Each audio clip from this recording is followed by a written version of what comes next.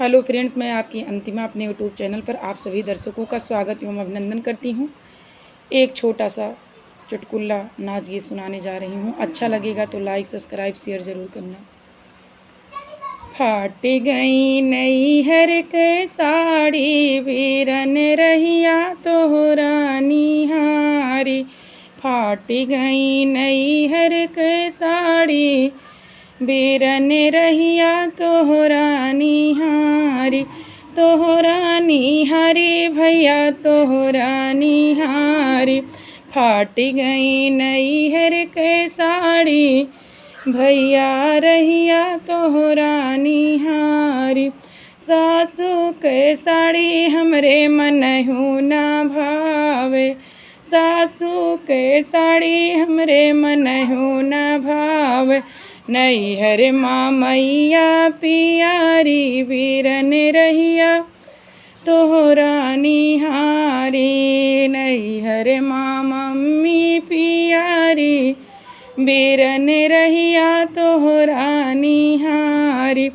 फाट गई नैहर के साड़ी वीरन रहिया तोहरा निहारी। जेठनी के साड़ी हमरे मनहु ना भावे। जेठनी के साड़ी हमरे मनहु ना भावे। नैहर माँ भाभी पियारी वीरन रहिया तोहरा निहारी। नैहर माँ भाभी मोर पियारी वीरन रहिया तोहरा निहारी।